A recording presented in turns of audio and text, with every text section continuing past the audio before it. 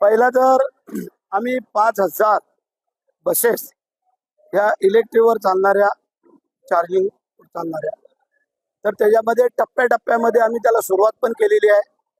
जवळजवळ 101 नवीन बसेस पण आलेल्या आहेत.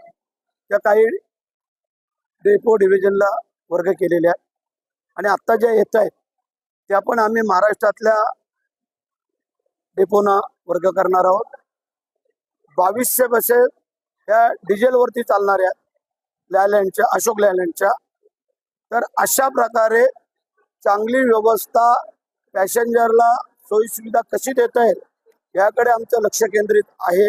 जवळजवळ 110 कोटीची टेंडर्स या एसटी स्थानकं, एसटी डेपो सुधारण्यासाठी आम्ही काढले. त्याच्या निविदाही बाहेर काढलेल्या आणि त्या या 4-5 दिवसामध्ये